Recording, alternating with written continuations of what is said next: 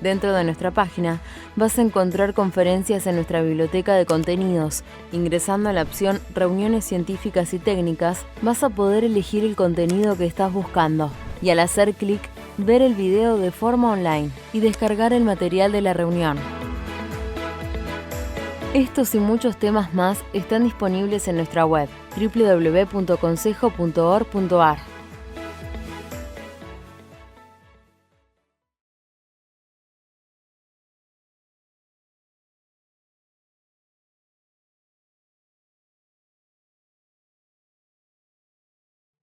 Hola, bienvenidos a esta nueva charla donde el Consejo nos convoca para hablar sobre el proyecto de modificación de monotributo. Me acompaña en la exposición la doctora Verónica Fernández Guevara. Mi nombre, me presento, Hernán Miguel Agostino. Este es el primer video de los dos que invoca la charla. Y esta charla tiene por objeto un poco analizar el proyecto que fue enviado al Congreso, que se generó en la AFIP, que busca la modificación de la ley de monotributo.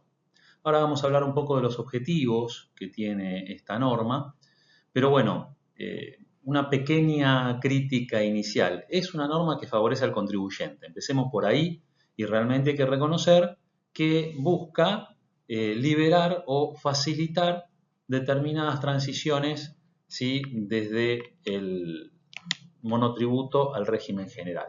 O sea, repito, es una norma que beneficia al contribuyente en términos generales, pero no puedo dejar de decir que sale en forma, entre comillas, inoportuna, muy tarde.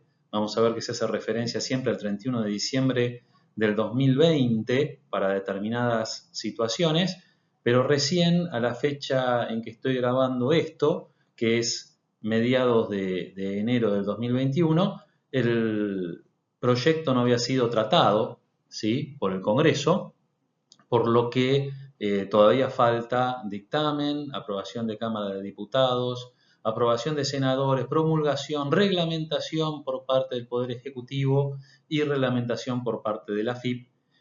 Y como hay muchos elementos, digamos, oscuros o que no están claros, o que tiene una redacción complicada el proyecto, realmente mucho de lo que vamos a decir son nuestras interpretaciones de lo que dice el proyecto, sin tener en cuenta fundamentalmente que falta una gran parte para poder llegar a discernir exactamente qué es lo que el proyecto quiere decir. O sea, podemos decir cuál es el espíritu del proyecto, cuál es el objeto del proyecto, pero realmente en la implementación todavía falta. Sin embargo, consideramos, junto con el Consejo, que es importante comentar este proyecto porque nos permite tener un horizonte. Yo entiendo que este proyecto se va a aprobar en el Congreso, no va a tener rechazo ni por parte del oficialismo ni por parte de la oposición.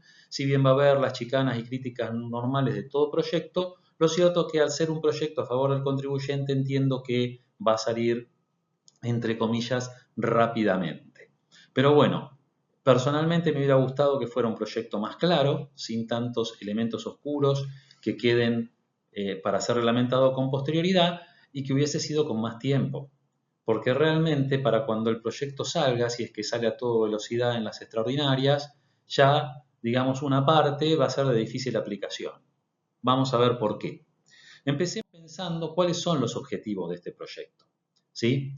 Recordemos que en función de la crisis, digamos, económica que teníamos durante el 2019, ya hacia octubre del 2019, la AFIP había suspendido el proceso sistémico de exclusión del monotributo, a los fines de considerar la situación particular que podían estar pasando los monotributistas. Recuerden que la inflación del 2019 fue realmente alta, más del 50%, y al no tener actualización de los montos de las categorías durante el año, se producían expulsiones, cuando en realidad la facturación real del monotributista no había sido tanto más alta que el año anterior.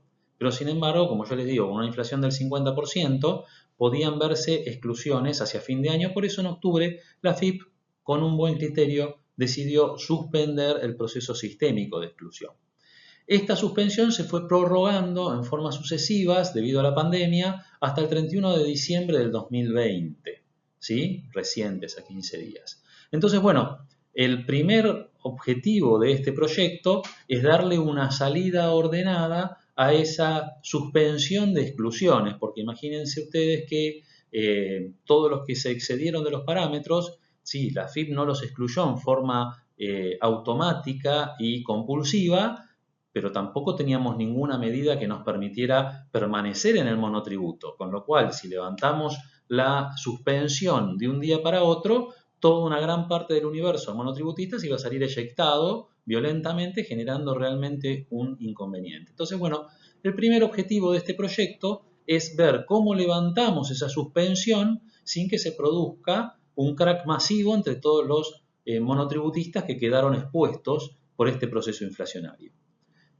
A la fecha que estoy grabando esto, ha trascendido que la AFIP va a prorrogar la fecha de recategorización del monotributo hasta fines de enero, pero sin cambiar las escalas, con lo cual vemos que este proceso se encuentra todavía agravado porque se suma toda la inflación del 2020 sin ajuste alguno.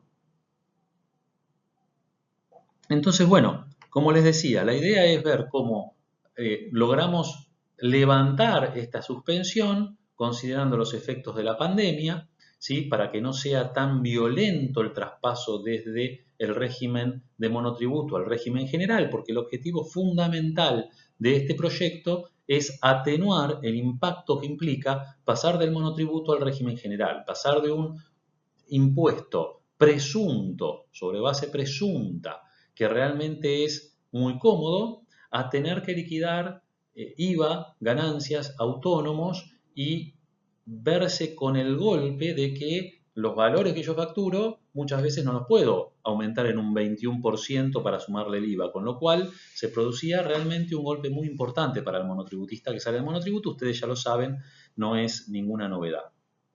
También el objeto de este proyecto es beneficiar o dar algún tipo de beneficio o de alivio a aquellos cumplidores, o sea, aquellos que durante este periodo de suspensión vieron que se excedían de los parámetros y se excluyeron voluntariamente inscribiéndose en el régimen general, ¿sí? Ese contribuyente que cumplió con la normativa en tiempo y forma va a recibir algún tipo de beneficio que alivie la violencia, entre comillas, de ese salto entre el régimen del monotributo y el régimen general.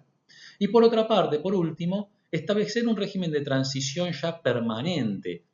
Por la lógica que tiene el proyecto, vamos a ver que hay un régimen transitorio de transición y un régimen permanente de transición, a la vez que se incorporan dos artículos sin número al anexo de 1 de la ley de monotributo para incorporar en forma definitiva un proceso de transición que facilite, ¿sí?, el traspaso, que esto era reclamado por la profesión ya hace mucho tiempo, porque como ustedes bien saben, el traslado hace muchas veces que un negocio de un monotributista se transforme en inviable al tener que sumarle el IVA, pagar ganancias, o sea, realmente era un tránsito muy violento y toda la profesión estaba solicitando de alguna manera que se atenuara este proceso para evitar, ¿sí?, quiebras masivas de monotributistas. Bueno, estos son los objetivos del proyecto, ¿sí?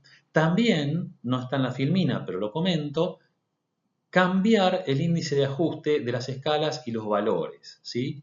Recordemos que la AFIP sostiene, yo creo que en forma no perfecta ni correcta, que está facultada para cambiar y que no está obligada. Yo creo que luego de revisar un poco la normativa, la ley de monotributo dice que las categorías se actualizarán una vez por año y faculta a la AFIP a actualizarlas, o sea que en realidad hay una actualización obligatoria y faculta a la AFIP a realizar esa actualización obligatoria, pero bueno, la AFIP lo ha interpretado de forma distinta y no va a hacer actualización basado en que el índice de actualización, que es el índice que se aplicaba para la movilidad jubilatoria, fue derogado en diciembre del 2019 y por lo tanto sin índice no se puede actualizar. Entonces, para solventar o para resolver ese problema se plantea un nuevo índice de ajuste para el año 2021. ¿Sí? Entiendo yo que no para el 2020, sino para el 2021. Entonces, bueno, ¿con qué nos vamos a encontrar en esta ley? Esta ley tiene 5 capítulos. El primero está denominado Régimen de Sostenimiento e Inclusión Fiscal para Pequeños Contribuyentes. El segundo, Beneficio a Pequeños Contribuyentes Cumplidores. El tercero, Procedimiento Transitorio de Acceso al Régimen General. El cuarto, Procedimiento Permanente de Transición al Régimen General. Y el 5, Régimen Voluntario de Promoción Tributaria del Régimen. ¿Qué son estos 5 capítulos? El primero tiene que ver con esto de facilitarle a aquellos que se excedieron del monotributo la permanencia en el mismo, ¿sí? O sea, hay este primer capítulo lo que busca es ver cómo hace el contribuyente que se excedió para, desde octubre del 2019 hasta el 31 de diciembre de 2020, para permanecer en el monotributo, si se dan ciertas características. El segundo capítulo tiene que ver con lo que yo les comentaba, o sea, aquellos contribuyentes cumplidores que al excederse se han inscrito en el régimen general. Entonces, la ley adecuadamente, considero yo, si permite que aquel que se excedió y no salió del monotributo tenga una opción de permanecer, castigaría a aquel que cumpliendo la norma salió si no le da algún beneficio o la posibilidad de la vuelta, ¿sí? Estos 2 capítulos, de la forma en que están redactadas ahora al 18 de enero del 2021, son los que voy a analizar en este video. Posteriormente, la doctora Guevara va a analizar los otros 3 capítulos. El procedimiento transitorio de acceso al régimen general, el procedimiento permanente de transición al régimen general, las modificaciones a la ley o el anexo de la ley de monotributo y también una modificación a los regímenes de facturación. Porque para el procedimiento permanente y transitorio es muy importante tener en cuenta que cuando un monotributista le compra a un responsable inscripto, en la factura que le hace el responsable inscripto al monotributista no se discrimina el IVA, es una factura B. Bueno, el procedimiento de transición de monotributo a responsable inscripto que va a explicar la doctora Guevara se basa en permitirle computar, ya lo va a explicar mejor ella, valores de crédito fiscal sobre las compras que han hecho responsables inscriptos vinculadas a la actividad del monotributista. En el régimen transitorio hay una serie de presunciones y en el régimen definitivo se basa en el cambio que hay en las normas de facturación.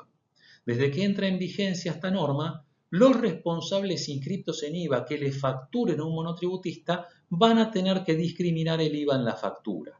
¿Para qué?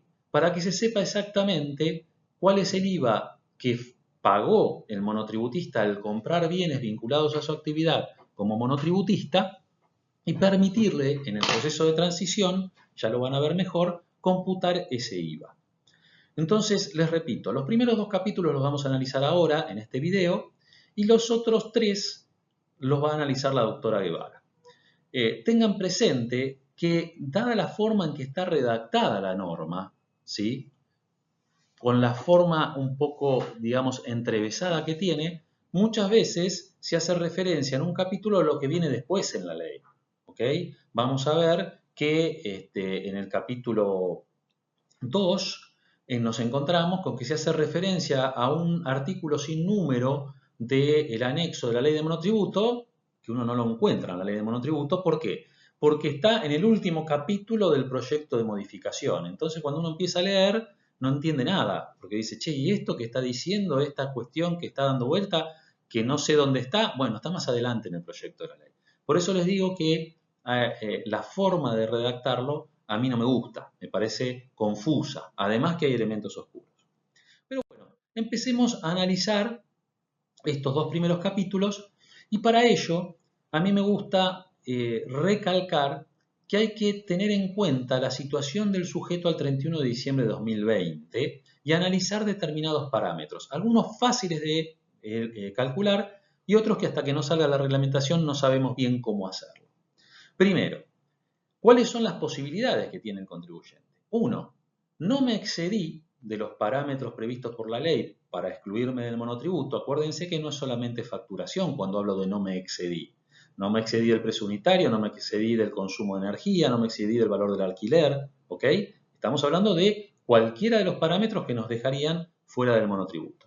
Entonces, el primer caso, que es el más sencillo de todo y el que no está previsto en la ley porque no hay nada que hacer, es el sujeto que no excedió los parámetros y que está bien categorizado.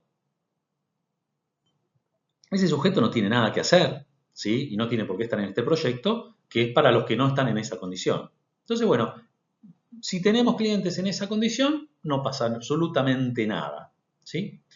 Segunda situación, no excedí los parámetros, pero estoy mal categorizado.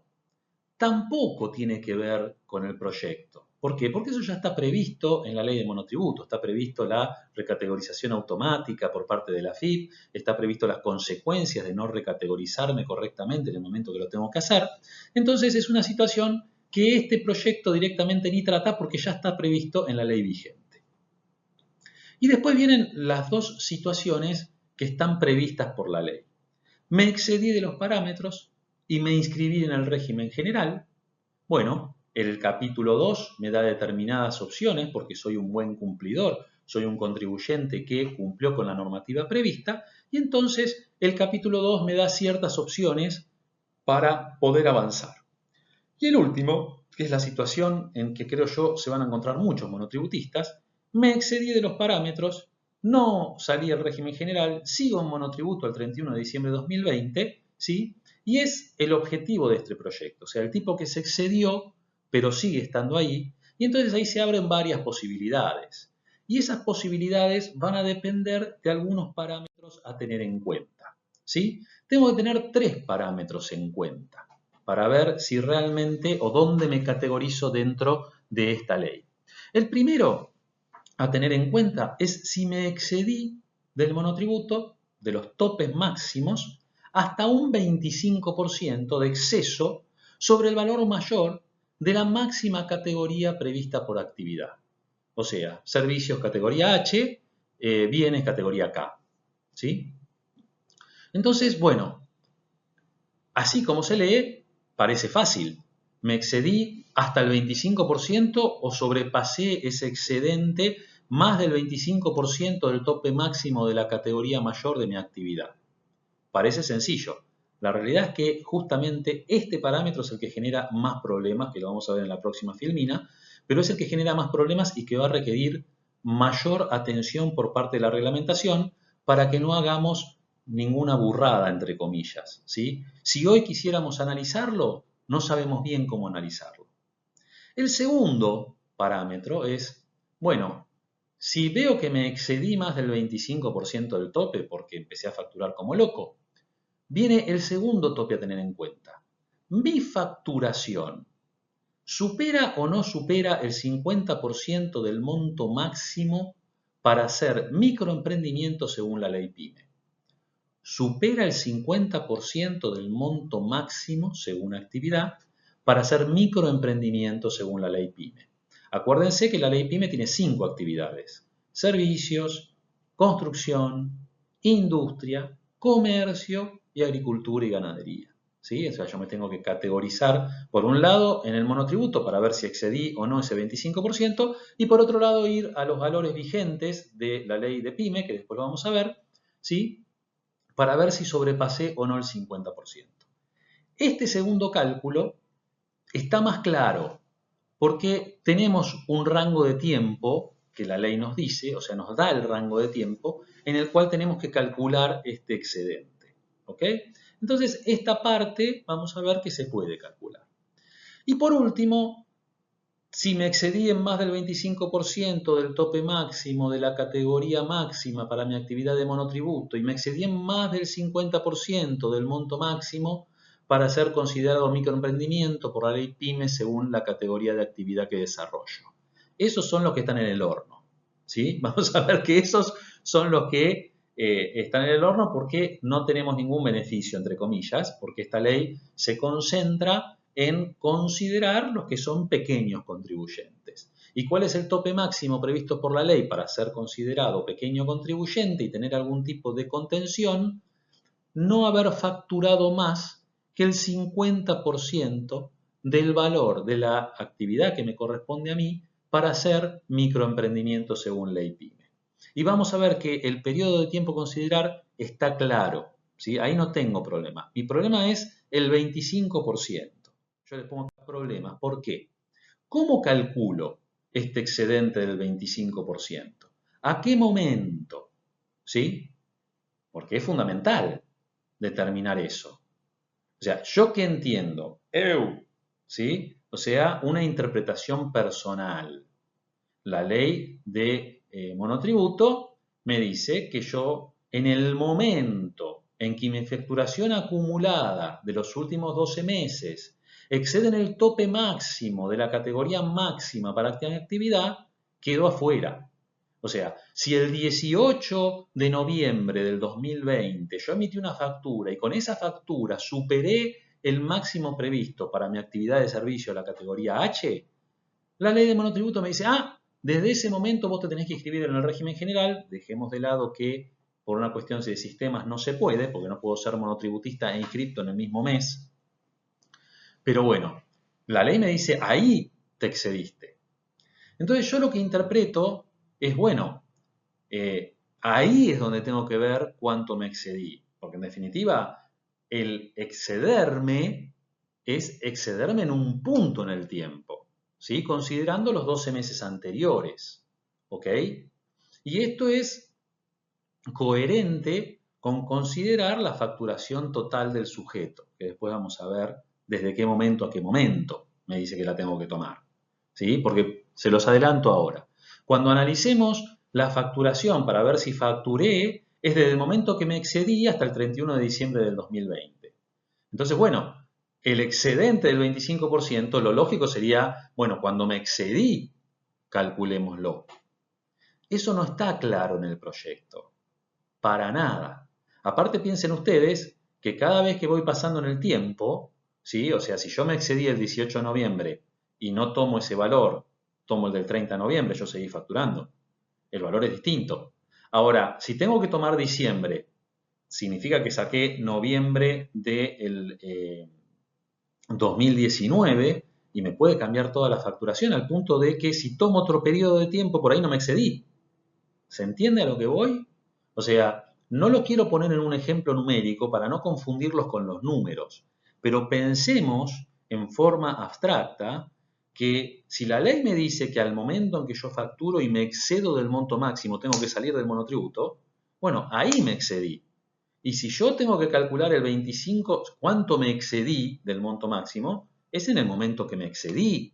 Eso es lo que yo entiendo. O sea, si yo me excedí el 18 de noviembre, bueno, con esa factura con la cual me excedí, ¿cuánto me excedí del tope máximo de la categoría máxima? ¿Sí? Fue tan bestial esa factura que me excedí más del 25% del tope máximo. Bueno, quedé afuera. Ahora vamos a hacer un ejemplo numérico. El problema es que hay otros que te dicen, bueno, con una factura no te vas a exceder más del 25% del tope máximo. Con lo cual no sería lógico en el proyecto que vos tomes ese momento. Tenés que tomar la facturación a otro momento. Bueno, ¿a qué momento? La pregunta es esa, ¿a qué momento? Al 31 de diciembre de 2020 la ley no lo dice. No me dice que calcule el excedente sobre el tope máximo al 31 de diciembre en los últimos 12 meses. No, no dice nada de eso. Dice si me excedí más del 25%. Y la excedencia, por decirlo de alguna manera, se produce con la factura que determina que me pasé del monto máximo de facturación. Simplificando, una persona de servicios puede facturar hasta 1.750.000 pesos en el año, para redondear el número.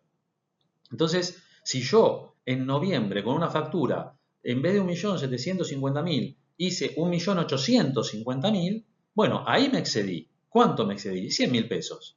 ¿Esos 100.000 pesos son más que el 25% de 1.750.000? No, cumplo el requisito. Si con la factura de noviembre, en vez de tener 1.700.000, agarré un proyecto gigante y facturé 1.000.000 de pesos, y entonces en ese momento, con esa factura, tengo 2.850.000 o 2.650.000, bueno, ¿cuánto me excedí? 1.000.000 de pesos. Bueno, me excedí 1.000.000 de pesos, es más que el 25%. Esa es mi interpretación de la norma. Al 18 de enero del 2021, ¿ok? Que de paso es mi cumpleaños, así que felicítenme.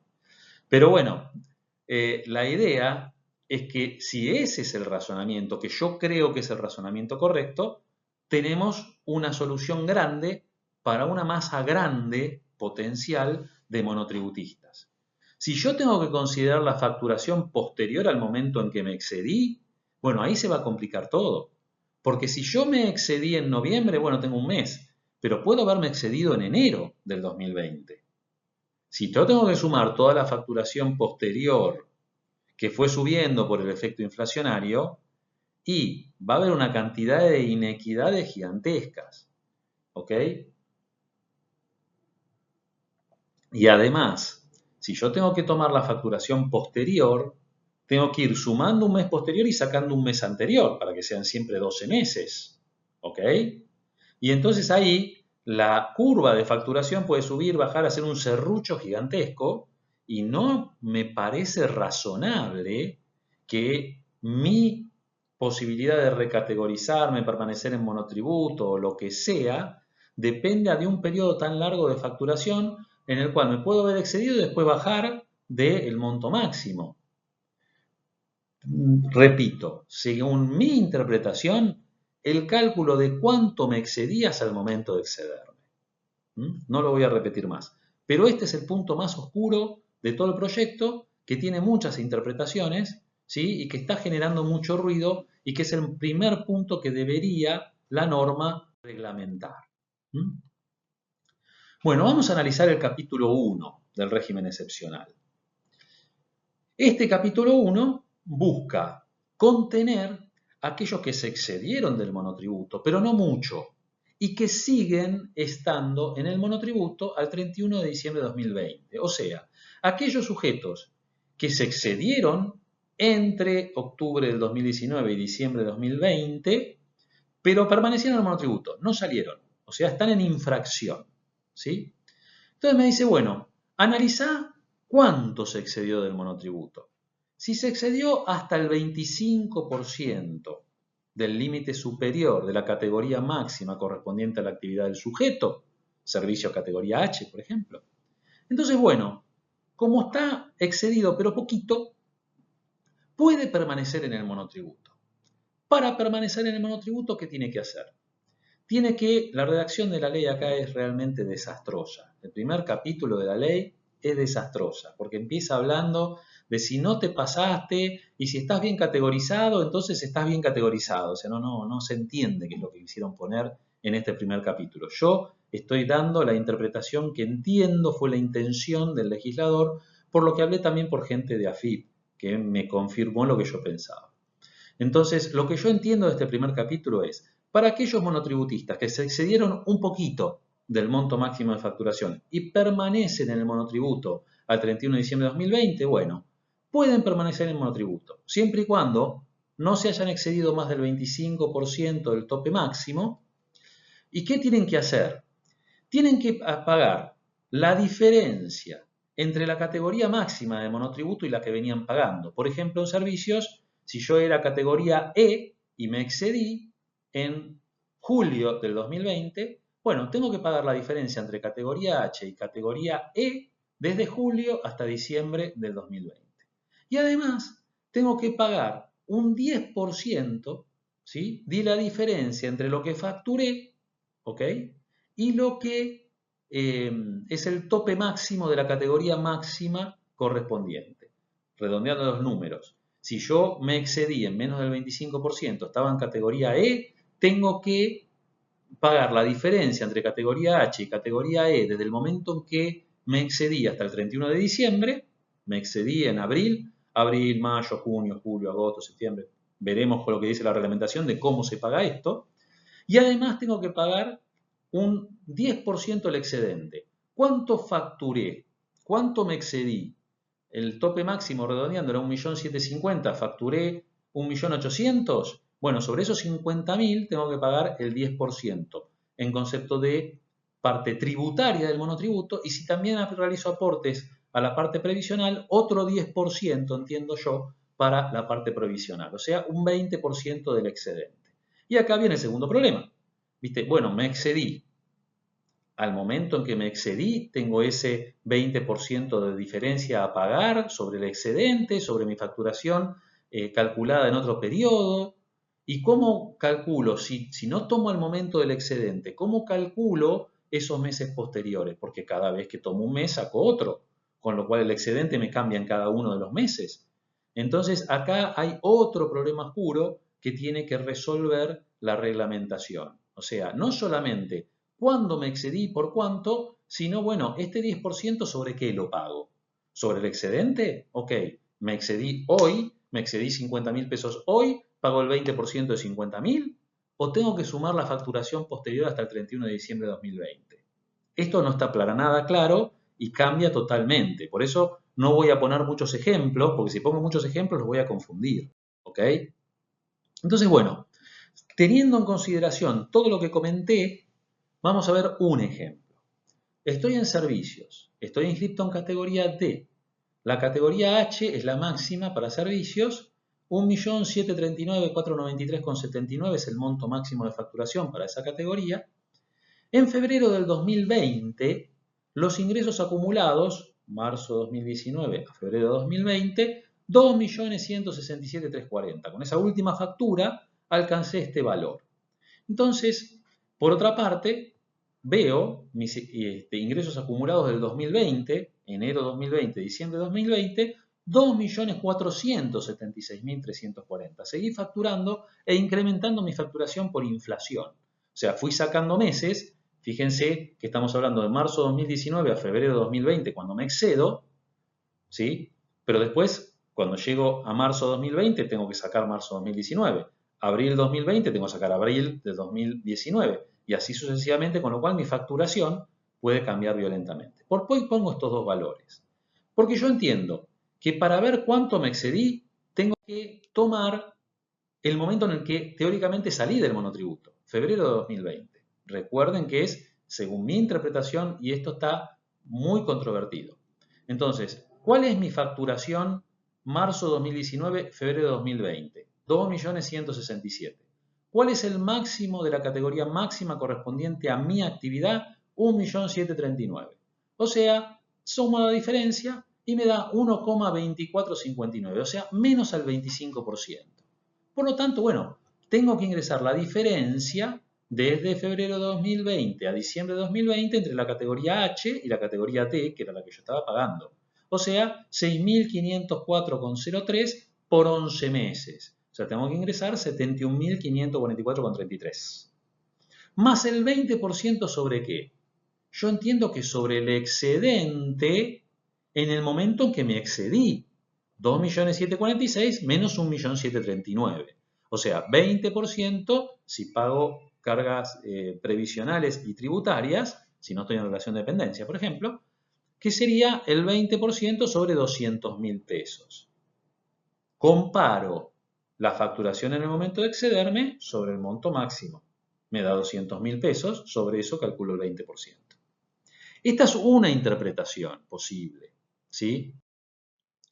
Ahora, si yo considerara, como proponen algunos, no, vos te excediste, pero tenés que tomar la facturación del 2020, ¿sí? Para ver cuánto es tu excedente. Y acá me cambia el espejaime totalmente. Porque si yo, en este caso particular que les planteo, tomo enero-diciembre de 2020, 2.746.340 sobre el monto máximo que no cambió, y ya me salí. Pasé el 25%. Me queda prohibida la opción de venir al monotributo. ¿Ok? Siempre tengan presente que permanecer en el monotributo es optativo, ¿sí? Y si optamos por no permanecer en el monotributo, porque no queremos pagar toda esa plata, el proyecto dice, ojo, que desde las 0 horas del día que te excediste, tenés que categorizarte en el régimen general. ¿Ok? Entonces, si yo, considerando el excedente en febrero, que llego al 25, opto por no permanecer en el monotributo, me van a aplicar el régimen general desde febrero en adelante sobre mi facturación, o sea que no es una alternativa. ¿Ok? Entonces, bueno, esto es lo que me dice el régimen del capítulo 1, donde el gran problema es determinar cómo se determina, valga la redundancia, ese 25% de excedente. Mucho más, mucho menos, ¿qué hacemos? ¿Se entiende? Bien. Vamos al capítulo 2. Beneficio a los cumplidores, o sea, para aquellos que al exceder, como el ejemplo anterior, en febrero de 2020 me excedí de facturación, bueno, me inscribo en el régimen general. ¿Ok?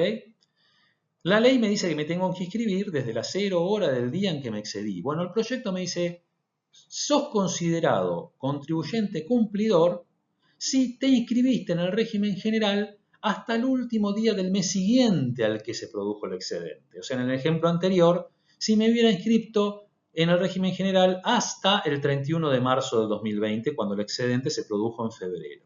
¿Ok? O sea, ya me facilitan un poco el problema para el buen cumplidor. O sea, no me di cuenta el 26 de febrero, pero en marzo me di cuenta y me inscribí.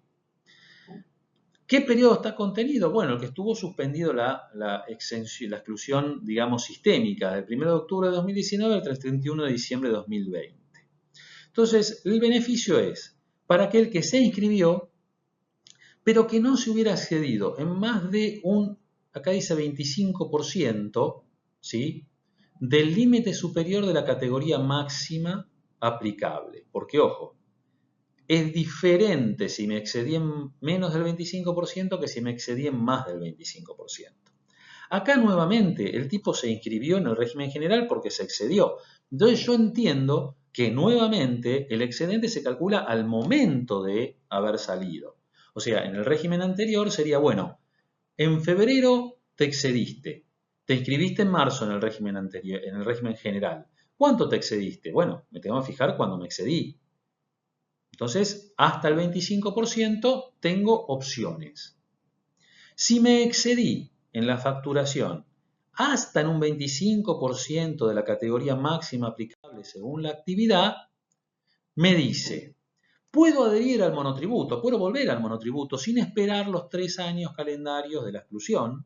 O sea, cuando salga esta ley, en febrero del 2021, este señor que se excluyó voluntariamente por menos del 25% puede volver a inscribirse en el monotributo. Hay que ver si los parámetros le dan, ¿sí? O puede optar por acogerse a los beneficios previstos por el artículo 2 sin número agregado a partir del 21 del anexo, que son beneficios en IVA y en ganancias, créditos fiscales presuntos y deducciones presuntas, que va a explicar mejor la doctora Guevara cuando explique en el segundo video todos estos temas, ¿sí? Pero tengan presente que el sujeto que cumplió con su recategorización y su facturación no excedió más del 25% del tope máximo de la mayor categoría para su actividad, puede volver al monotributo, si le conviene, o puede acogerse a los beneficios de este artículo, ¿sí? No me voy a poner para no pisar lo que va a explicar la doctora Guevara, no voy a explicar ahora lo que va a explicar ella en el segundo video. Ahora, ¿qué pasa si me excedí del 25% del tope? Bueno, si me excedí del 25% del tope, no puedo regresar al monotributo, ¿sí? Pero, si los ingresos, y ahora está claro, porque son los ingresos desde que salí del monotributo, ¿sí?, en el régimen general, ¿sí?, no superan el 50% del monto correspondiente a la actividad para ser considerado microemprendimiento, entonces no puedo volver al monotributo porque me excedí en más del 25%, pero soy empresa pequeña porque no facturé durante mi régimen general más del 50% para ser considerada pyme. Por lo tanto, puedo acogerme al beneficio, ¿sí?, de reducción de IVA, que también va a explicar la doctora Guevara, por 3 años. La ley prevé que por 3 años voy a tener una reducción de IVA del 50, 30 y 10%, esto lo va a explicar mejor la doctora Guevara, desde el primer día del mes siguiente en que se ejerza la opción según la reglamentación que falta. O sea, la reglamentación dirá, bueno, hasta tal fecha tienen todos estos sujetos la opción de volver al monotributo, tener estos beneficios, recategorizarme, ¿se entiende? Pero bueno, fíjense que acá está claro el cálculo del 50% del monto PYME? Porque es durante la permanencia en el régimen general desde que me excluí. Entonces, volvamos, planteamos un ejemplo. Actividad desarrollada, servicios. Me excedo en julio del 2020. Me inscribo en agosto del 2020. Soy un tipo íntegro. Ingresos a considerar son los, primero, el excedente al momento de excederme en julio. Y los ingresos, bajo el régimen general, desde el 1 de agosto hasta el 31 de diciembre. Y pongo tres alternativas. Ingresos devengados, 2.100.000, 3.400.000, 5.500.000. ¿Sí? Entonces, bueno, ¿cuál es? Fíjense ustedes que estamos viendo los excedentes, ¿ok?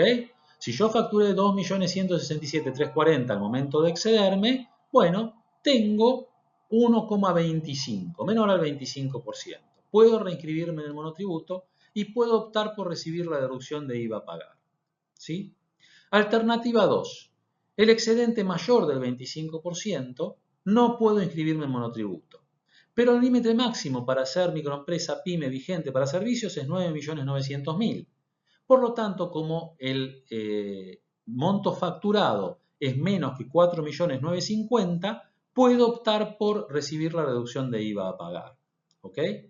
Y por último, tercera alternativa, cálculo del excedente, me excedí más del 25% y me excedí más del 50%, ¿sí? No puedo optar por recibir la reducción del IVA a pagar y sigo en el régimen general sin beneficio alguno.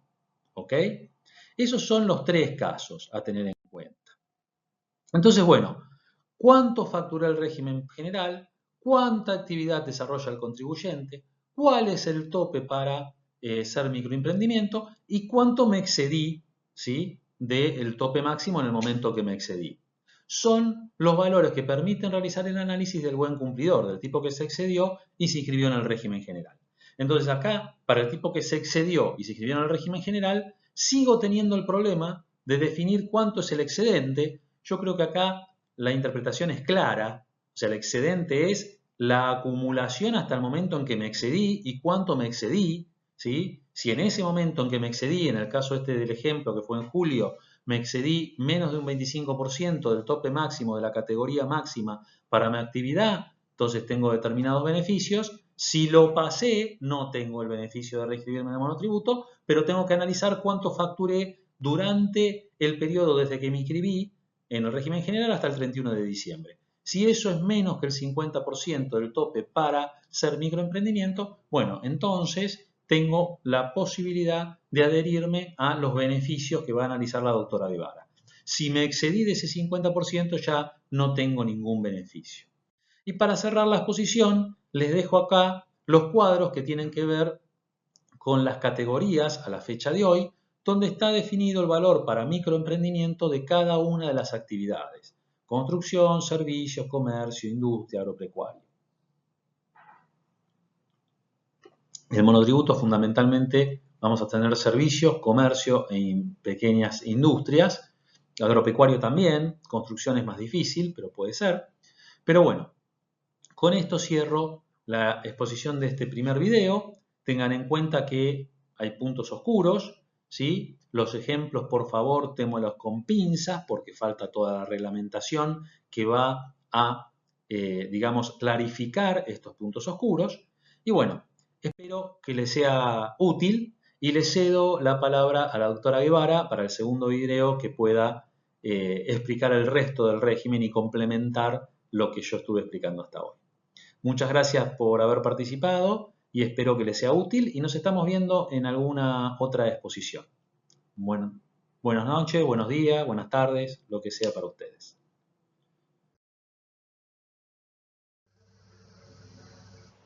Bueno, muchas gracias Hernán por pasarme la posta de esta conferencia y realmente una alegría el poder volver a compartir con vos otra conferencia más, como ya lo hemos hecho con anterioridad, y aprovecho también para saludarte por tu cumpleaños.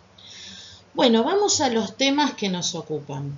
En la primera parte de la charla, Hernán se refirió a dos de los capítulos del proyecto de ley de modificaciones del monotributo, algunas modificaciones que vienen para quedarse, otras que son de orden transitorio, como él ya explicó, y él se refirió básicamente a aquellos sujetos excluidos, ¿sí?, que no lo hicieron en el momento y en tiempo y forma, y cómo tendría que ser su pasaje hacia el régimen general, o bien aquellos sujetos que cumplieron y que pueden optar entonces por permanecer en el régimen general, beneficiándose con algunas condiciones que ya voy a explicar, o bien el retorno, la posibilidad del retorno al monotributo sin tener que esperar el plazo que establece la ley de 3 años. Ahora a mí me toca referirme a otra parte de la estructura de la norma. Si bien Hernán ya explicó digamos, este esquema, lo voy a repasar por las dudas, y el proyecto entonces se divide en mecanismos transitorios y mecanismos permanentes, ¿sí? Pero también podemos ver que también podemos dividirlo en procedimientos que tienen que ver con acceso al régimen general, ¿sí?, que son el procedimiento transitorio de acceso al régimen general, el procedimiento permanente de transición al régimen general y el régimen voluntario de promoción tributaria del régimen general.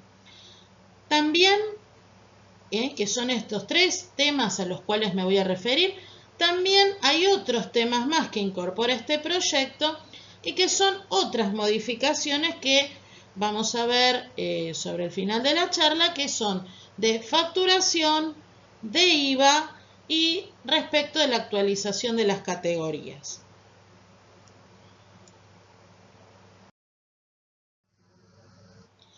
Estos mecanismos transitorios, entonces, contemplan las distintas situaciones en las que pueden hallarse los contribuyentes monotributistas frente a una posible exclusión.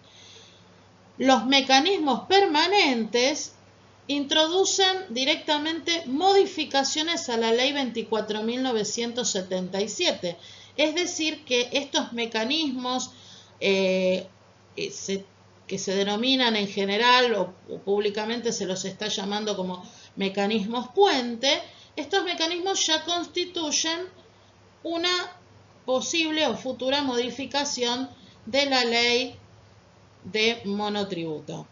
Y otras modificaciones que realizan adecuaciones normativas para que se conlleve una compatibilidad con estas modificaciones traídas por los mecanismos permanentes.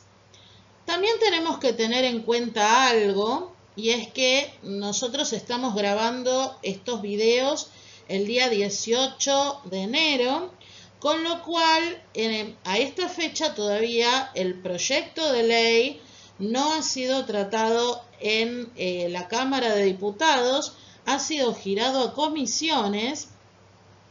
Por ahora ese es el tratamiento parlamentario que tiene, y por lo tanto, como ya en su momento les aclaró Hernán y les vuelvo a aclarar yo, los mecanismos que acá se explican y que se tratan de implementar son un proyecto, con lo cual puede ser que del trabajo parlamentario surjan modificaciones, ¿sí?, o yendo a un extremo que entendemos que no será así, la norma podría no aprobarse.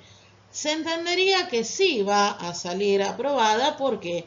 Porque es un mecanismo que trata de beneficiar y morigerar la situación de los contribuyentes frente a una posible exclusión.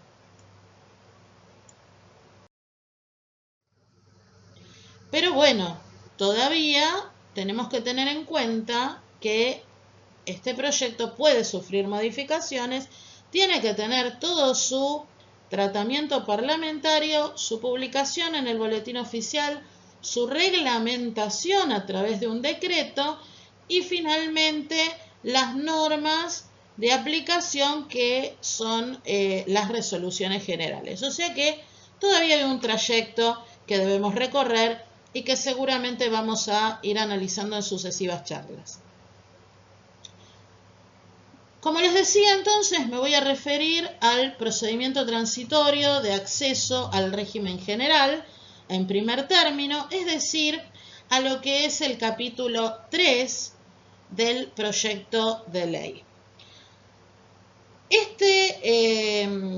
Este capítulo entonces refiere a cierta situación en la que debería encuadrar el contribuyente. En primer término, se debe tratar de sujetos inscriptos en el régimen simplificado. Estos sujetos tienen que tener ingresos brutos a la fecha que establezca la reglamentación que no superen el 50% del límite de ventas totales anuales de la categoría microempresa conforme la resolución CEPIME 220 del 2019. A modo de ejemplo, ¿sí? Aquí he colocado una tabla donde se observa cuáles son los valores actuales, ¿sí? ¿Y por qué recalco esto de valores actuales? Porque el artículo 5 del proyecto nos dice que serán ingresos brutos a la fecha que establezca la reglamentación. Por eso lo he remarcado y subrayado. Si la fecha que establece la reglamentación fuera hoy, los valores vigentes son los que estamos exponiendo aquí. Pero realmente, como recién acabo de expresar, todavía no tenemos certeza de cuál es esa fecha.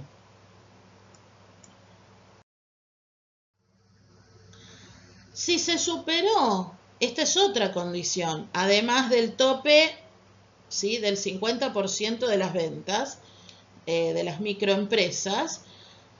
Además, hay otro requisito que es que se haya superado en un 25% la categoría máxima correspondiente al sujeto, es decir, a la actividad del sujeto, es decir, categoría H o categoría K, según corresponda, es decir, locación o prestación de servicios, o bien la K, que es la de venta de cosas muebles.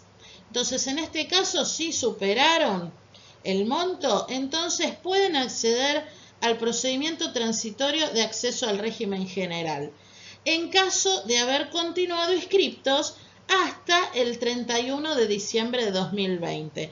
Atención con esta fecha porque después este régimen también se va a poder utilizar cuando estoy ya en el 2021. Esto se divide en dos partes. La primera parte es esta. Es decir, si yo hasta el 31 de diciembre de 2020 no superaba en la categoría de microempresas de la resolución 220/19 y si superé los ingresos de la categoría máxima hasta el 31 de diciembre, la categoría que se reviste en el monotributo según la actividad, en la categoría H o K según corresponde a la actividad, entonces podré empezar a analizar la posibilidad de aplicar este régimen transitorio. ¿Qué es lo que ocurre también? ¿Qué otra condición tengo que tener?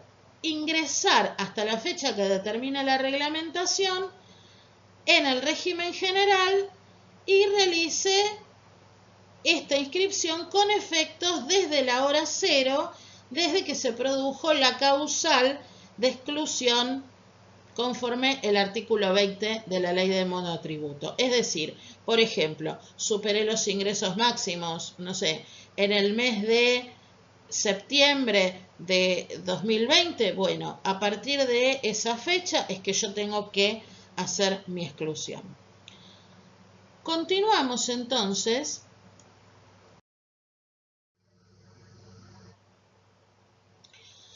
¿Y qué van a poder entonces aplicar los sujetos que encuadren en esta situación? van a poder optar por aplicar lo siguiente. Respecto del impuesto al valor agregado, van a poder computar un crédito fiscal presunto del 17,35% del monto total facturado por sus proveedores. Esto viene a zanjar una situación que es la siguiente. El sujeto que permaneció en el monotributo a pesar de la exclusión, en la medida que fue realizando compras o adquiriendo servicios, sus proveedores, como tenían acreditada la condición de monotributista, le emitieron facturas B, y estas facturas B, por supuesto, no tienen un IVA discriminado. Y allí viene la cuestión controvertida, es decir, aquellos contribuyentes que se encontraban dentro de esta situación sostenían que podían igualmente tomar o apropiar el crédito fiscal de esas facturas B, y por otro lado el fisco entendió que esto no era posible. Entonces, de esta forma, la norma viene a poner una aclaración y una regla de cómo hacer la apropiación de ese crédito fiscal presunto. Por otro lado, tenemos también la posibilidad de otro crédito fiscal, el cual llamamos, por ejemplo, lo podemos denominar como un crédito fiscal especial. Y este crédito fiscal especial va a ser equivalente a la 12ª parte de la suma que resulte de aplicar la alícuota en un 50% sobre la suma de la categoría máxima correspondiente, es decir, la H o la K. Yo acá les armé una formulita que es la alícuota a la cual se le aplica el 50%, y ese porcentaje se le va a aplicar a su vez, se lo va a multiplicar por los ingresos brutos de la categoría máxima dividido 12. ¿Por qué dividido 12? Si bien la norma entendemos que se expresa en decir la 12ª parte, porque el IVA es de liquidación mensual, entendemos que esa 12ª parte se refiere a que mes a mes, en esos meses que corresponda hacer liquidaciones de IVA para regularizar la situación del contribuyente en el régimen general, va a poder ir computando proporcionalmente en esos meses el crédito fiscal especial. Pero la norma, el proyecto de la norma no lo dice específicamente. Simplemente dice esto de la 12ª parte y demás. El tope que hay que ver respecto de la sumatoria del crédito fiscal presunto y del crédito fiscal especial es el tope del 75% del débito fiscal generado por el contribuyente. Eso es lo que hay que mirar, y de esos números se va a tomar, por supuesto, el menor.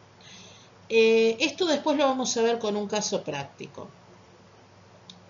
Respecto del impuesto a las ganancias, el contribuyente va a poder deducir el 82,65% del monto total facturado por los proveedores.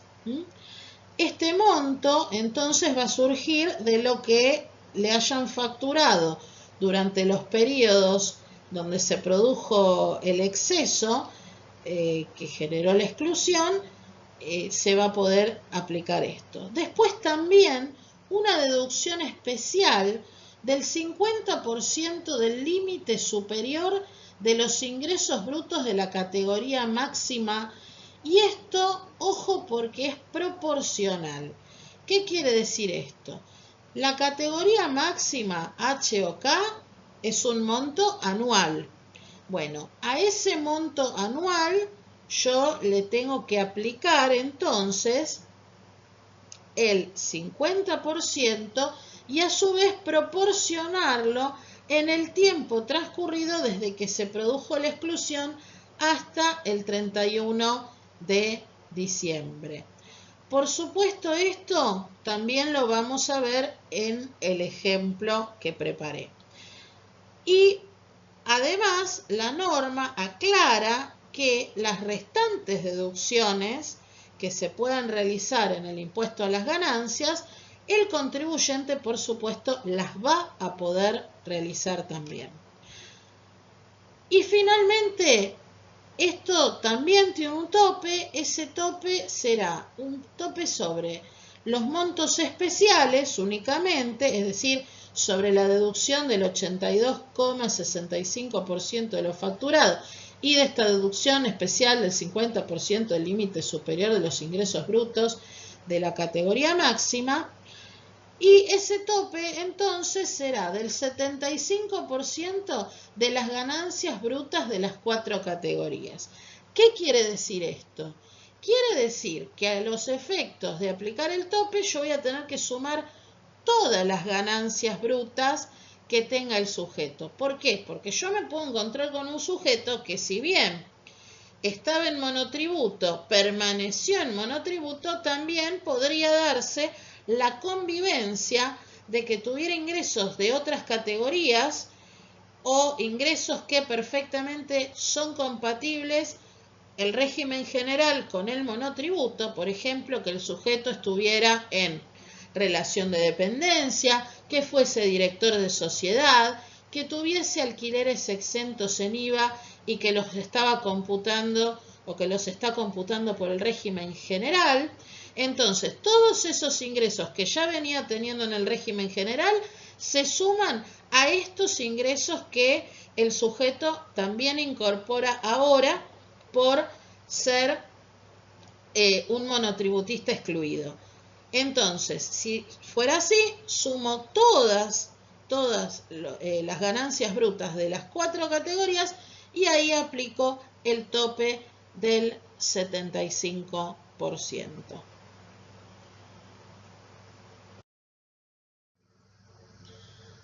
Acá les traigo un ejemplo sobre esto que acabo de explicar. Pero previamente voy a hacer 2 aclaraciones. La primera aclaración es, como también Hernán les explicó en su exposición, es que, hay algunos detalles dentro de lo que es la interpretación del texto de la norma que generan algunas dudas interpretativas, algunos puntos oscuros, ¿sí? Con lo cual, acá lo que tratamos de hacer es, a nivel didáctico, asumir el riesgo, como para poder mostrarles algún ejemplo y dar alguna primera aproximación a una aplicación práctica de lo aquí explicado. Entonces, se va a partir de esta interpretación, y por el otro lado, la otra aclaración es que aquí hay una fecha que yo he colocado en forma supuesta. ¿Por qué esa fecha es supuesta? Porque dentro del texto de la norma nos indica que va a ser determinada por la reglamentación. Entonces, yo utilicé una fecha que entendí que podría ser razonable, pero, reitero, es una fecha supuesta, es la que está señalada con un ojo, porque, bueno, esto puede variar, cambiar, e inclusive hay colegas que pueden interpretar que la aplicación es distinta. Por eso es lo valioso de que todo esto que estamos presentando desde el Consejo sea mostrado a través de un ciclo. ¿Por qué? Porque de esa forma ustedes van a poder ver las diferentes alternativas que se van sucediendo respecto a este tratamiento del proyecto, pero también en lo que respecta a las interpretaciones de esto. Sin abundar más palabras, me voy de lleno al ejemplo. En este caso tengo un sujeto que realiza ventas de cosas muebles, quedó excluido durante el mes de septiembre de 2020, pero continuó en el régimen simplificado hasta el 31 de diciembre de 2020, a pesar de esta situación. Sus ingresos brutos acumulados al 31 de diciembre de 2020, y esta es la fecha que yo coloqué como supuesta, fueron de 4 millones de pesos. El monto total facturado por los proveedores a partir de la exclusión fue de 700.000 pesos. Entonces aquí vamos a comenzar con lo que es el planteo del ejercicio. Yo acá tengo una serie de datos que voy volcando en esta planilla. Al 31 de diciembre de 2020, el sujeto tenía ingresos brutos devengados por 4 millones de pesos. Anotamos como observación que la exclusión se produjo en septiembre de 2020. A su vez, el excedente de facturación de ingresos brutos devengados desde la exclusión está detallado acá mes por mes, septiembre, octubre, noviembre, diciembre. Estos son datos colocados, digamos, arbitrariamente, y este total es el total de excedente sobre el límite de ingresos brutos de la categoría AK, porque fíjense que tenemos un sujeto que hace venta de cosas muebles, con lo cual el límite superior de la categoría es la categoría K por 2.609.240,69. Después también tenemos que el límite del 25% de ingresos brutos de la categoría máxima, que es el tope o el límite inferior que tenemos que considerar de exceso para ver si encuadra o no en esta situación, fue del 25% de estos 2.600.000 aproximadamente, y que son de 652.310,17 sobre entonces este límite de la categoría K.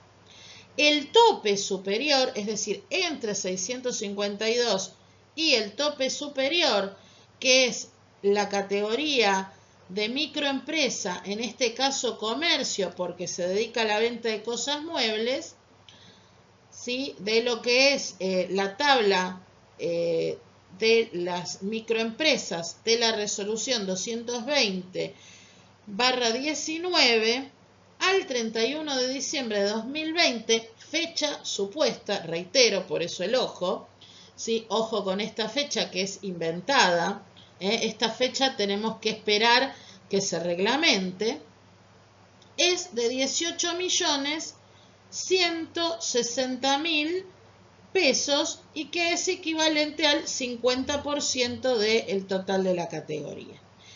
El monto facturado por los proveedores es este que se ve acá detalladamente mes por mes, y que suma un total de 700.000 pesos a partir de la exclusión. Pasamos entonces a ver qué es lo que sucede primero con el impuesto al valor agregado.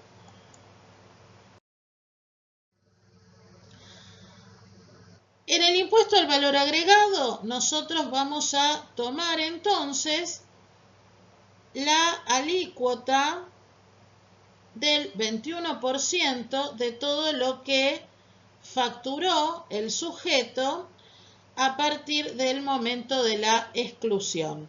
Es decir, que hizo un total facturado de ventas de 1.390.759 pesos con 41. Asumimos que nació el hecho imponible, etcétera, etcétera, y que es este el total de lo que se excedió. También vamos a asumir que este sujeto opera con la alícuota general, es decir, que la alícuota aplicable es la del 21%, y este es el débito fiscal computable que tiene el sujeto. como les dije en la aclaración, asumimos que toda su operatoria es al 21%. Y también una aclaración, porque siempre está el tema de que tomo como precio neto grabado cuando tengo un excluido, es decir, tomo lo que facturó más el 21 o tomo lo que facturó y de ahí saco el 21. Bueno, acá lo que se tomó es como neto grabado el total de lo facturado. ¿Por qué? Porque se aplica el criterio del artículo 6º del anexo de la ley 24977, que indica que las operaciones de los sujetos que son monotributistas son consideradas exentas tanto en IVA como en ganancias. Por lo tanto, si el sujeto continuó asumiendo que seguía siendo un monotributista, se entendería que no adicionó IVA en su facturación. Con lo cual, este finalmente termina siendo el débito fiscal que se computa mes a mes. Por otro lado, tenemos el IVA crédito fiscal. Y acá es donde vamos a aplicar todo esto que expliqué antes. Muy bien, nosotros acá tenemos el cálculo de todas las posiciones de IVA desde que se produjo la exclusión. Es decir, la exposición de septiembre, octubre, noviembre y diciembre. Con lo cual, el sujeto, primero vamos a calcular cuál es su crédito fiscal presunto, es decir, qué es lo que le facturó el proveedor, aplico entonces la alícuota o el porcentaje, mejor dicho, del 17,35%, para poder obtener cuál ha sido el IVA que estaba inserto dentro de esta facturación realizada por los proveedores. Entonces, cada mes yo me voy a referir a septiembre porque esto se repite en cada uno de los meses. ¿Sí? Entonces, por ejemplo, en el mes de septiembre tiene facturado por los proveedores 250.000 pesos, le aplicamos el porcentaje del 17,35% y nos da un total de 43.375 pesos de crédito fiscal presunto. Luego vamos a calcular el crédito fiscal especial, es decir, sobre los ingresos brutos de la categoría máxima, recordamos que aplicamos el 50%, ¿sí?, de la alícuota aplicable a la actividad y a ese total le aplicamos la 12ª parte. Entonces, tomamos 2.609.240,69, le aplicamos el 50% de la alícuota, que en este caso, como dijimos, asumimos que todo es el 21%, y a este total obtenido lo dividimos por 12 con la formulita que expliqué antes y nos da 22.830,86. Este valor lo vamos a aplicar todos los meses que nos restan, por supuesto, como había explicado antes. Al crédito fiscal total, es decir, al crédito fiscal presunto más el crédito fiscal especial, ¿sí?, que nos da, por ejemplo, en el mes de septiembre de 66.205,86, lo vamos a confrontar con el tope. Recordemos que el tope era el 75% del total del débito fiscal computable. Es decir, me voy a la tabla de arriba, me fijo cuánto es el débito fiscal, son 73.357 pesos con 87 centavos y a este valor le aplico el 75%. Y acá obtengo el tope. El tope es, en este caso, de 55.018,40, por lo tanto, hago el valor, digamos, C, que puse acá como para identificarlo en la columna, que es el crédito fiscal total, lo confronto con este tope, que es el punto D, y entonces me fijo cuál es el valor menor. En este caso, el valor menor es el tope, con lo cual aplico 55.018,40, que va a ser mi crédito fiscal computable. Es decir, que en la posición mensual de septiembre, el saldo técnico de este sujeto va a ser de 18.339 pesos con 47. Este mecanismo lo voy a repetir cada uno de los meses.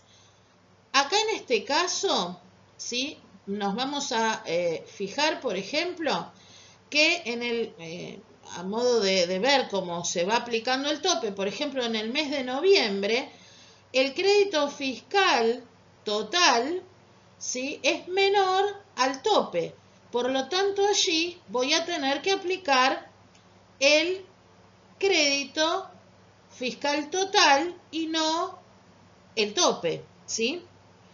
Esto como para ver cómo esto puede variar mes por mes según lo que vaya confrontando entre todas estas variables que se aplican para generar crédito fiscal y el tope.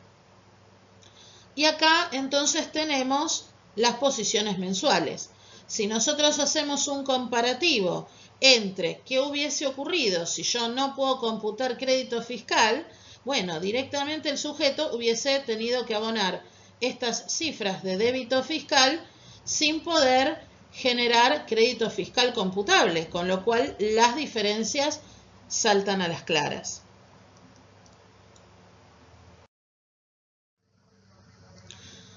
Aquí vamos a ver qué sucede con el impuesto a las ganancias. Bueno, vamos a hacer una aclaración también para observar cómo funciona este ejercicio, y que es que el contribuyente realiza una única actividad comercial que consiste en la compraventa de mercaderías. Por lo tanto, reviste en la tercera categoría. Es decir, acá, por una cuestión de simplificar el ejercicio, no vamos a adicionar actividades, pero ya sabemos que a los efectos del cálculo del tope yo debería traer las ganancias brutas de las 4 categorías, si es que tuviera actividad en esto. Vamos entonces a ver qué es lo que ocurre. Bueno, acá arrancamos, por supuesto, considerando los gastos presuntos del sujeto a partir del momento de la exclusión, ¿sí? Entonces, a partir del momento de la exclusión, el sujeto computa lo que le facturaron los proveedores, es decir, 700.000 pesos, se le aplica un porcentaje del 82,65% y va a tener un total de gastos presuntos de 578.550 pesos. También va a tener una deducción adicional. Esta deducción adicional, recordemos que teníamos que tomar el total de los ingresos de la máxima, ingresos brutos de la máxima categoría según la actividad, en este caso la K, y proporcionarlo, por eso lo dividimos por 12, ¿sí?, y lo aplicamos solamente por los periodos en los cuales el sujeto quedó excluido. Por eso lo multiplicamos por 4 meses, septiembre, octubre, noviembre, diciembre, y lo dividimos por 12 porque de esa forma sacamos cuánto es lo que se aplicaría proporcionalmente. Proporcionalmente entonces aplicamos 869.747,90. Esto sabemos que solamente podemos aplicar el 50% y entonces nos queda una deducción adicional de 434.873,95, ¿sí?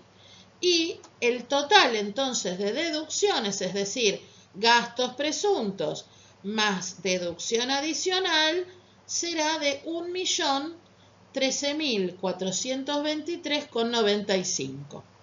Acá también aplicamos un tope, es decir, que tomamos las ganancias brutas ¿Y cuáles eran las ganancias brutas? Eran las ganancias que yo facturé, o sea, el total de lo que yo facturé, ¿sí? Libre de IVA, por supuesto, que era a partir del momento en que me excluí, que es de 1.390.759,41. A esto le aplico el 75% de tope y me da 1.043.069,56. Lo confronto con el total de las deducciones, gastos presuntos, deducción adicional, y veo que el importe menor es el importe que he calculado del total de deducciones, y entonces aplico este valor como deducción computable.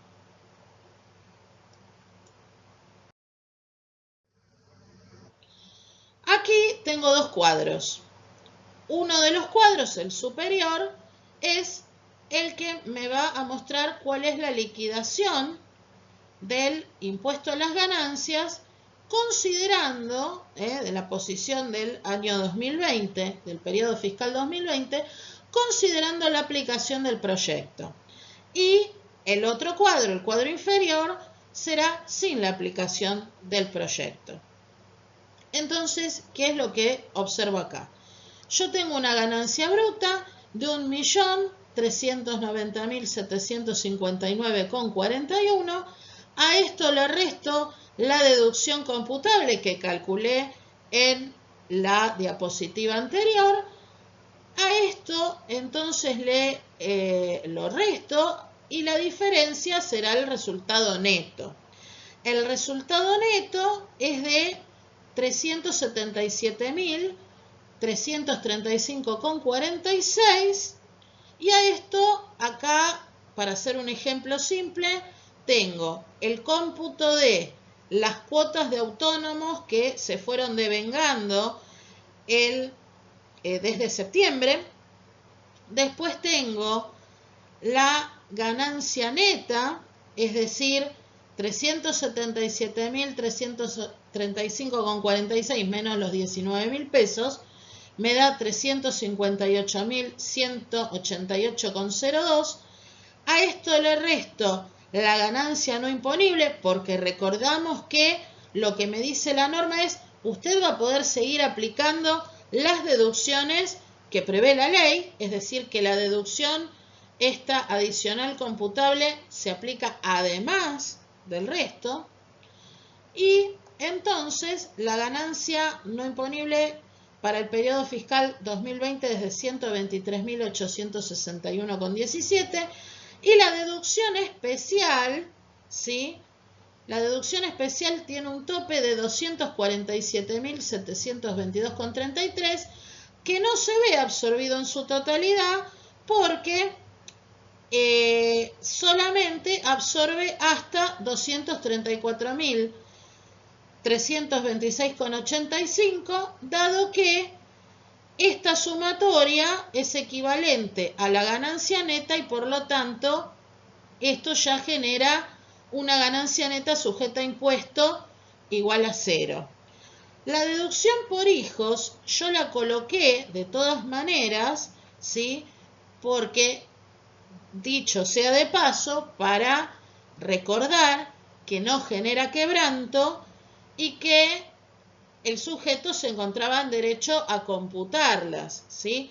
De todas maneras acá no las computa porque ya no tiene más ganancia sobre qué deducirla, y por lo tanto queda la ganancia neta sujeta a impuesto en 0, y por lo tanto el impuesto termina siendo, el impuesto determinado es 0.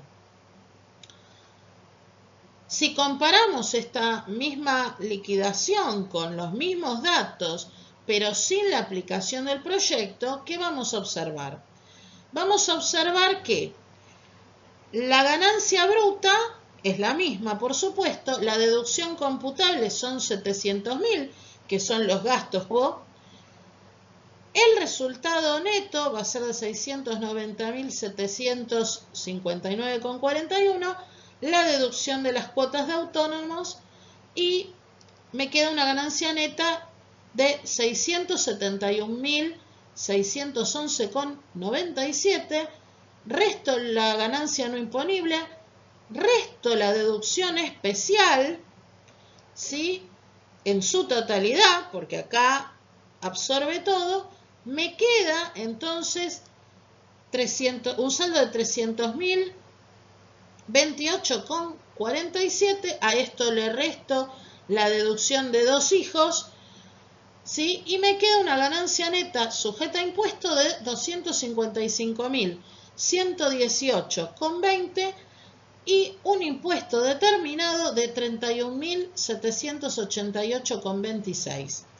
Quiere decir entonces que si aplico el proyecto, en este caso, por supuesto, no me da impuesto a pagar y en este caso me da un impuesto a pagar de 31.000, casi 32.000 pesos.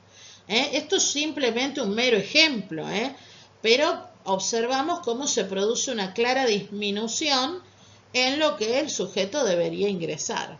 En este caso no ingresa nada, o bien ingresa mucho menos que en el caso en el cual no tiene la aplicación de este proyecto.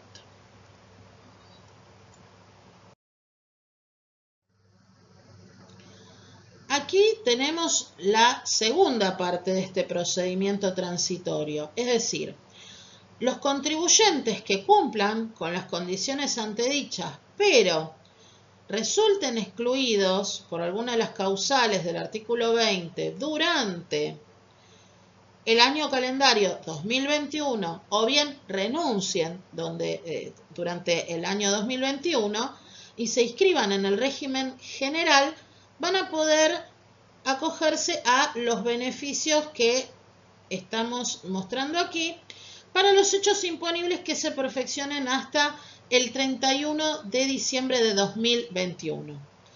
Y van a tener estas franquicias. Respecto del IVA, al crédito fiscal generado en cada uno de los periodos se va a poder adicionar una suma equivalente a la 12ª parte de la suma que resulte de aplicar la alícuota en un 50% sobre la suma de la categoría máxima correspondiente, es decir, H o K. Y acá tenemos nuevamente la formulita. La misma formulita que vimos hace un rato, ¿sí? Y un tope del 75% del débito fiscal generado o hasta el crédito fiscal generado el que sea mayor. Una aclaración. Si nosotros venimos leyendo el proyecto, ¿sí?, siguiendo artículo por artículo, nos vamos a preguntar, bueno, ¿y cuál sería el crédito fiscal que va a poder computar este sujeto excluido? ¿Cómo lo voy a poder apropiar? Si a mí el proveedor me hace factura B. Bueno, ojo, porque aquí viene una de las modificaciones que se aplican al artículo 39 de la ley de IVA y es la facturación con IVA discriminado a los monotributistas. Es decir, que los proveedores van a tener que facturarle con el IVA discriminado a los monotributistas. Esto lo vamos a ver en un rato, pero adelanto para una mejor interpretación. Entonces, ese crédito fiscal que voy a poder apropiar, además voy a tener esta 12ª parte todos los meses de un crédito fiscal especial. Respecto al impuesto a las ganancias, voy a tener una deducción especial del 50% del límite superior de los ingresos brutos de la categoría máxima, proporcional, igual que lo que expliqué en el ejemplo y en el caso anterior. Y respecto a los gastos, bueno, yo ya ahí voy a tener los gastos reales, con lo cual de por sí ya los estoy pudiendo computar.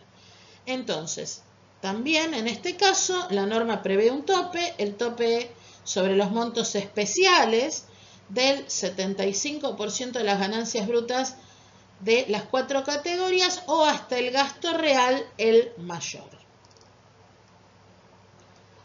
Aquí lamentablemente no es posible plantear un ejemplo, si bien los mecanismos de cálculo son similares a los que expliqué, porque no tenemos todavía algunos datos que deberíamos tener como para poder hacer un ejemplo, y la realidad es que hacerlo con datos supuestos ya sería demasiado ficticio, ¿sí? Lo que podríamos explicar, y no aportaría ningún tipo de beneficio en cuanto a lo pedagógico que queremos expresar.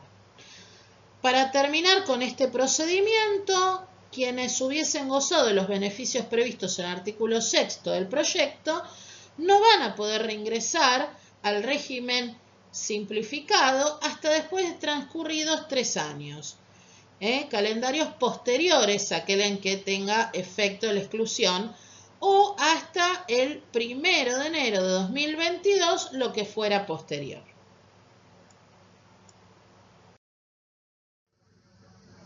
Y aquí pasamos al procedimiento permanente de transición al régimen general.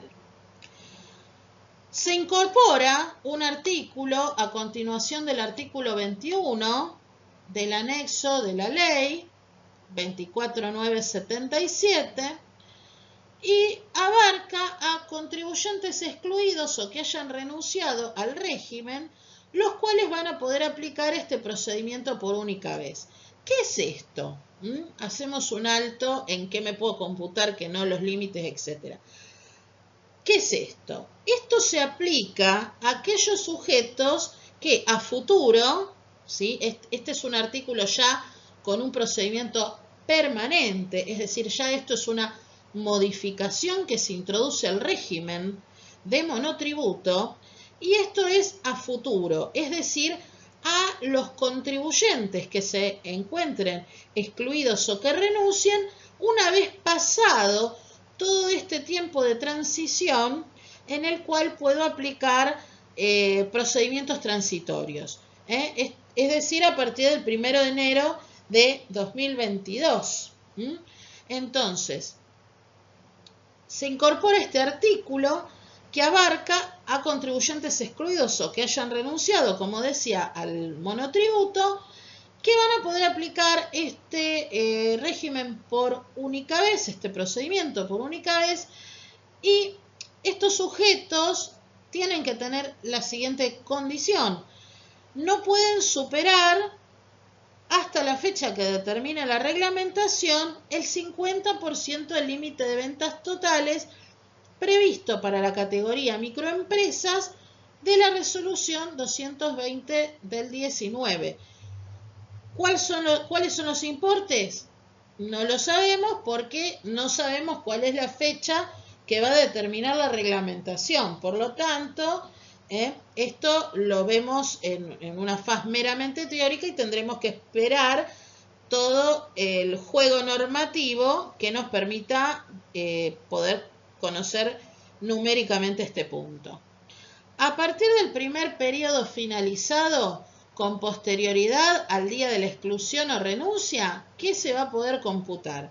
Se va a poder computar el crédito fiscal, es decir, el impuesto facturado y discriminado en los 12 meses posteriores a la fecha en que se produjo la exclusión o la renuncia y esto haya surtido efectos, es decir, que recordemos lo que dije antes, yo ya acá voy a tener modificado lo que es la facturación, por lo tanto el monotributista va a tener el IVA de sus adquisiciones de bienes y servicios, los va a tener discriminados, por supuesto siempre será computable lo relacionado con la actividad, es decir, esto siempre, la actividad gravada, es decir, Siempre tenemos que tener presente la regla de atinencia, que tiene que ver con la aplicación del artículo 12 de la ley de IVA.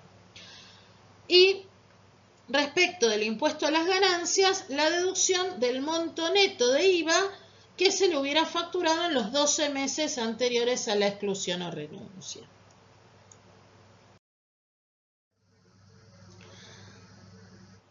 Luego voy a tener otro régimen, que es el régimen voluntario de promoción tributaria del régimen general.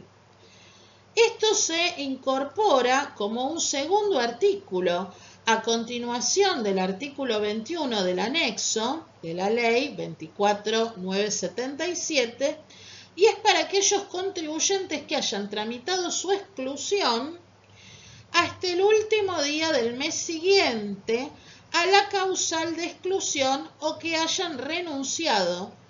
Esto lo van a poder aplicar por única vez si sus ingresos brutos no superan el 50% del límite de ventas totales de las microempresas. Es decir, en el caso anterior teníamos el que superó ese 50%.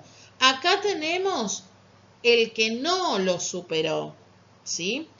Y además, otra condición que es que hayan hecho su exclusión en el momento que corresponda, ¿sí? Es decir, hasta el último día del mes siguiente al de la causal y que no haya tratado de permanecer en el régimen a pesar de que se haya producido la exclusión.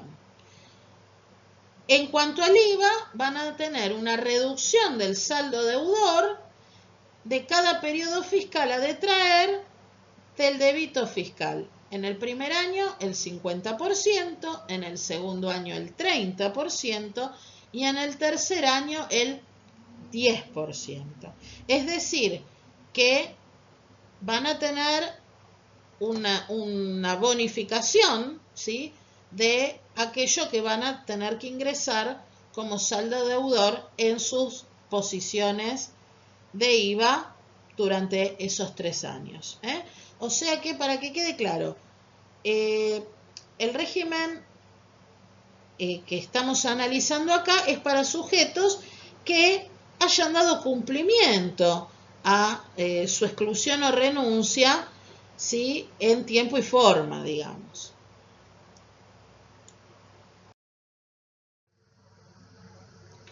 Y ahora pasamos a otras modificaciones que incorpora este proyecto. Estas otras modificaciones se relacionan con adecuaciones que se hacen a la ley de monotributo, a la ley de IVA, referidas a la actualización de las categorías y demás. Lo primero que tenemos aquí son los plazos de retorno al régimen simplificado. Se agrega un segundo párrafo al artículo 19 del anexo de la ley 24.977 con efectos a partir del 1 de enero de 2021 y que es que en el caso de haber optado por lo previsto en los nuevos artículos incorporados a continuación del artículo 21, artículo 21.1, 21.2, entonces se da la opción que no podrá ejercerse hasta transcurrido un año calendario desde la finalización del último periodo fiscal el que haya gozado de alguno de estos beneficios. Y respecto del artículo 21, se le incorpora un nuevo quinto párrafo en el mismo sentido que lo que acabamos de decir que se incorpora en el artículo 19 en cuanto a la posibilidad del retorno al régimen simplificado.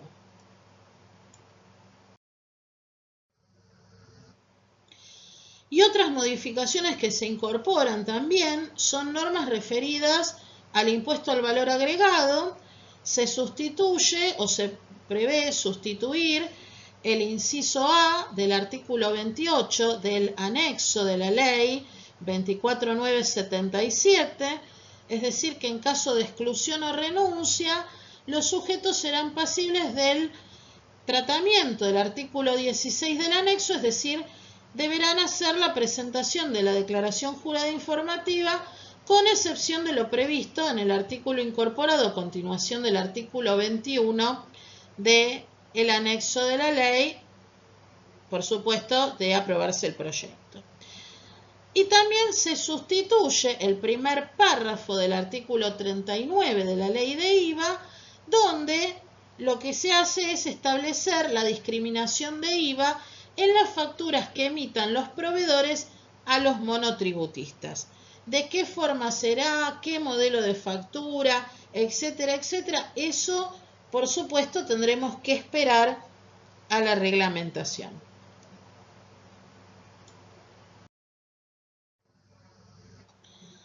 Y la última modificación que se incorpora es la actualización de la tabla de parámetros de las distintas categorías. Es decir, ¿qué pasa con el artículo 52 del anexo de la ley?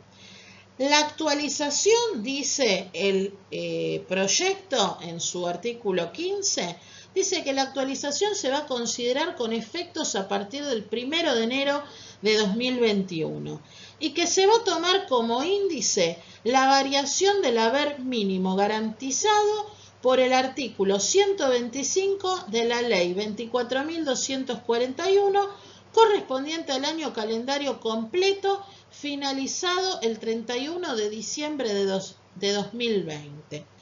Por supuesto, esto va a requerir aprobación, reglamentación, publicación de tablas, es decir, por el momento esto es parte del proyecto. Atención con esto y cuidado con esto.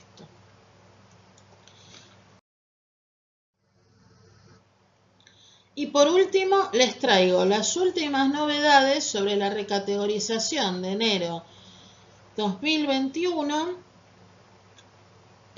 ocurridas a la fecha en que estamos grabando este video, es decir, 18 de enero de 2021.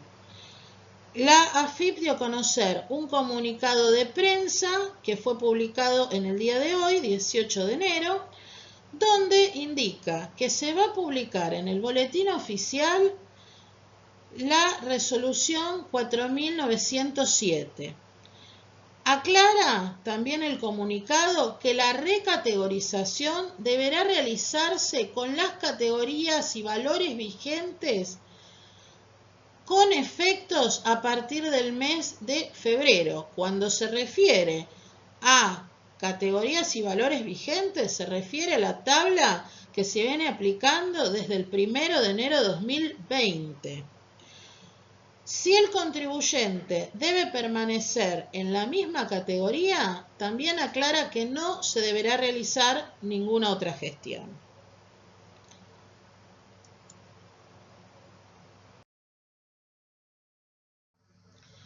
Y con esto finaliza esta actividad del día de hoy.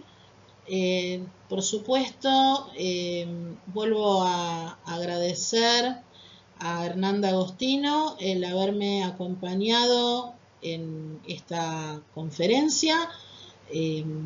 Por supuesto, ya lo hemos hecho en otras oportunidades y no faltará una futura oportunidad en que lo podamos volver a realizar. Y también, por supuesto, a los coordinadores de este ciclo que nos han hecho esta invitación, a los doctores Gustavo Díez y Ernesto Celdeiro, que nos han permitido esta participación. Por otro lado, les reitero la invitación que les hace siempre el Consejo de participar de estas conferencias, de este ciclo. Ya ha habido una conferencia anterior y se realizarán futuras conferencias con otros colegas que nos irán trayendo distintas novedades sobre este proyecto a medida que vaya transcurriendo las diferentes etapas de tratamiento parlamentario, aprobación, publicación, reglamentación, etcétera, con lo cual nos enriquecerá todo este análisis y por supuesto también nos va a dar los puntos de vista de cada uno de los colegas. También, por supuesto, me despido, no sin antes agradecer a todas las autoridades del Consejo Profesional que hacen posible este ciclo y también que han hecho posible esta participación. Nada más, sé que este tema es bastante abrumador, pero bueno, los invito a que continuemos profundizando y analizando el mismo. Hasta otra oportunidad. Muchas gracias.